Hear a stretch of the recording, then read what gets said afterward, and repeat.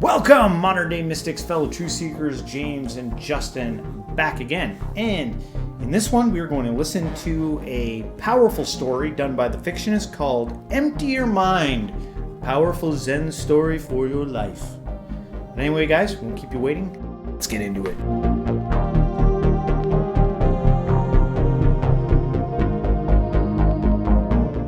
Once upon a time, in a small village nestled among the rolling hills, there lived a young man named Hiro.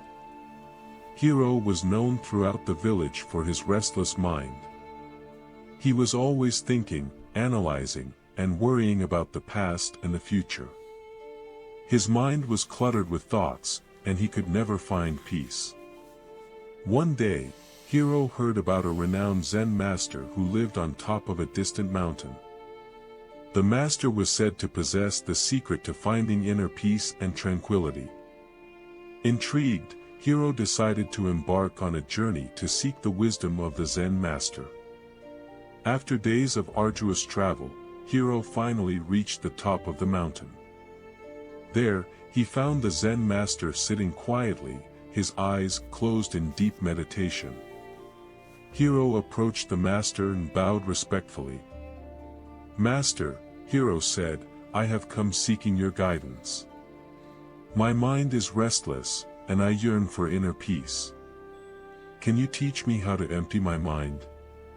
The Zen master opened his eyes and looked at Hiro with a serene smile. "Empty your mind, you say? Very well, I will teach you," he replied. The master led Hiro to a small courtyard adorned with a beautiful garden. In the center of the courtyard, there was a large stone basin filled to the brim with water. Hiro watched as the master picked up a ladle and dipped it into the basin, scooping up a ladleful of water. He then poured the water into a smaller, empty bowl. "Now, Hiro," the master said, "your task is to empty the basin. You must transfer all the water from the basin to the smaller bowl without spilling a single drop." Hiro looked at the task before him and felt puzzled. How could he possibly empty the entire basin of water into such a small bowl? Nonetheless, he accepted the challenge and began scooping water from the basin. For hours, Hiro diligently scooped and poured, but no matter how hard he tried, the basin remained filled with water. Frustration crept into his heart, and his mind became even more restless. The Zen master observed Hiro's struggle with a compassionate gaze. He walked over and gently placed his hand on Hiro's shoulder. "Hiro, my dear student," the master said softly, "you are trying so hard to empty the basin, but you have forgotten the first and most crucial step. To empty the basin, you must first empty your mind." Hiro looked at the master, his eyes filled with confusion. "Master, how do I empty my mind?" The master smiled warmly. "Let go of your worries, your fears, and your attachments," he said. "Focus only on the task at hand. Be fully present in this moment, and the rest will follow." Hiro took a deep breath and let go of his frustration. He stopped trying so hard to empty the basin and instead focused on each scoop of water, savoring the sound and the sensation of it. Gradually, he entered a state of flow, his mind becoming clear and his movements effortless. As Hiro emptied his mind, something miraculous happened. The basin seemed to respond to his newfound tranquility. With each scoop, the water flowed effortlessly into the smaller bowl, and the basin gradually emptied. Finally, Hiro poured the last drop of water into the small bowl. He looked at the Zen master with amazement and gratitude. "You see, Hiro," the master said, "when you empty your mind, you allow the universe to flow through you. You become one with the task at hand, and everything falls into place." Hiro realized that true peace and clarity resided within him all along. From that day forward, he carried the wisdom of the Zen master in his heart, reminding What is the mechanism of the mind that causes all this confusion to begin with? You know what I mean? Like what causes the mind not to let go to begin with? What causes the habit of not letting go? I think it's like a connection. Also, it's a connection to the physical, the past experiences that have taken place, and the fears of the future. It's like an interconnected network going on, at least from my observation. Over time, as I've kind of like analyzed this stuff and taken a look at like, what is the process? What is going on here? There's like this linking pattern that seems to be like woven throughout your entire life that leads to these situations, because it's portrayed in this video as a little kid coming to the master. But this is everyone coming to the master. Everyone is going through this exact same thing at some point in their life. And then I guess it all culminates in something where it's like, either I let this go or I continue to let it rule all the days of my life. Yeah, and it brings to mind, which I'm sure it's been referred to before, the idea of how you catch a monkey. You ever heard of this? No. You put a peanut or some small fruit in a jar just big enough for a monkey to reach into, in like a urn or something. Yeah.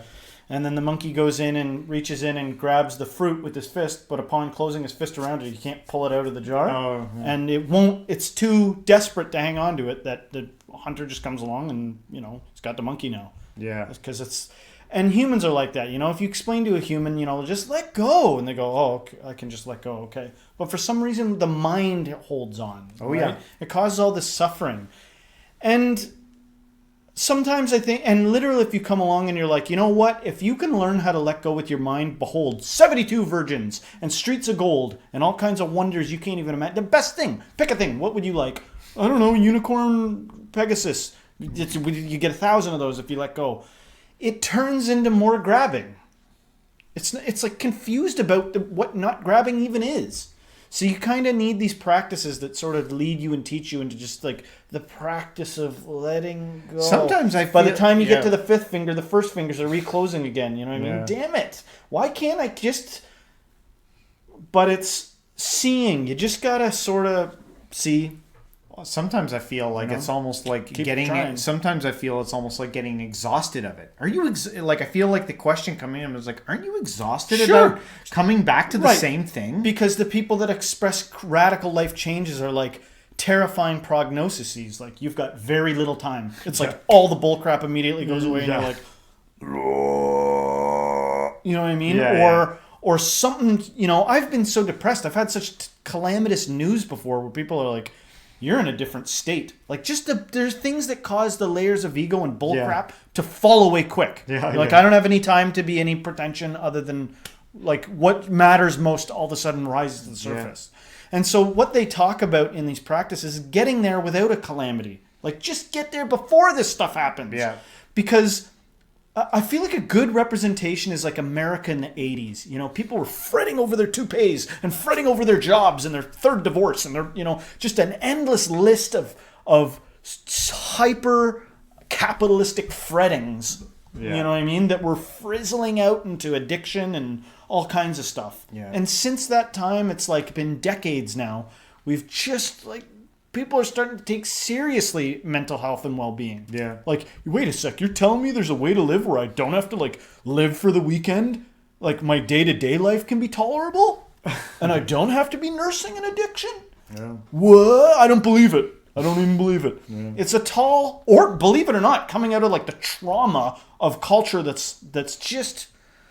it's been going on for thousands of years, really. These scriptures and stuff have been for thousands of years ago, some of them. Yeah. Same thing. Jesus coming along and telling people, stop worrying. Why are you worrying? You can't add anything tomorrow by worrying. You can't add an inch to your height by worrying. Yeah. Buddha saying everything he was saying. This has been going on for a long time, this like imploring and then promises of all the good that will come if you can just let go. Yeah. I feel like part of the practice, like, say, take something like yoga or meditation, it's almost like giving you an environment to, like, exhaust your mind. It's like taking yourself, because what happens is when you go out and you're into the world, you go into like a flow state where it's like, okay, now it's a bunch of tasks to go do, right? And you're not really consciously paying attention. And throughout your day, you go through the waves of fretting here and there. And then the moment comes when you do something like a long meditation, or you take like a weekend or like a whole night or something like that. And then you'd have to sit there, and then you're just with the full self, letting it, stir up. I was listening to some doctor talking about this the other day, and it was like, no one will stop. No one's stopping. Just stop for a moment. Stop the texting. Stop the Netflixing. Stop all of it. Our cultures, especially I think here in the West, we don't know how to sit still. Dude, we haven't for a long time. And if there wasn't Netflix, it would be like, man, I don't think I can sell you one more book. Yeah. Give me just one more distraction. One more thing I can do to distract. Yeah. Spoiler alert, where it leads to is like universal type stuff. Like, compassion. And, I don't desperately need my enemies to be crushed under my foot. And they often lead to similar attributes of somebody that has gotten there. And so upon saying spoiler alert, I'll also say spoiler alert, you're going to screw up. So that's why sometimes you'll see a guru that's like, go out and make your stupid mistakes. Just get them out of the way. You're going to fail. You're going to be cringy. You're going to say things that you regret. You're going to be like, oh crap, I ruined that. You're going to do like oceans of that. And they all lead to the same place, which is like, oh, thank God I can finally be silent and be around other mature people that can be silent too. And like let it go and not be terrified when it's like, did you hear so-and-so's talking about you? Oh, they're spreading all kinds of awful stuff about you. So you can finally be at a point where you're like, it couldn't matter less. Like, I don't care at all. And that's one thing to say that. I'm sure a lot of people watch this and be like, really, that sweaty-faced guy's going to try to tell me how to live? No. Go corroborate what I've said with some other people. Well, no, I'm glad that you pointed out the places of failure, because that's sometimes the thing that you don't see a lot of the time, right? You see a lot of the impressive folks online and stuff, It's fucking worse, man. It's worse to be that. You know how hard that it's like Jesus when Jesus met the rich guy. And the rich guy was like, I've got everything. Just tell me what I need to do. And Jesus was like, give all your stuff to the poor. And he was like, and he left sad. It's harder to leave. It's harder for someone like that. Nothing succeeds like failure. And I know that there are people that would try to end you if you suggest that. I built my kingdom on skulls. If you start going around saying skull kingdoms aren't the best, I'll find you and I'll get you. There are people that have built that world around them. And yes, it is. I'm calling you out. It's harder to leave that behind. Yeah. It's because you're so invested in it. Yeah. It's just an investment on top of investment. When somebody's already lost everything, when they've cycled through all the different ways that you can gain wisdom in your life, it's easy. It's actually a blessing. When you do encounter humiliating failures in your life, count it all blessing, brother and sister. Because like the Beatitudes, that's the stuff Christ was like, I'm near you. I'm going to be, it's around the corner for Pete's sake. Yeah. Because you actually you're in a position where it's a lot easier for you to let go. Yeah. All right, guys. Well, hopefully you guys liked our reaction on this one. If you did, don't forget to hit the like, subscribe, share this with a friend, and everyone till next time, Stay spiritual.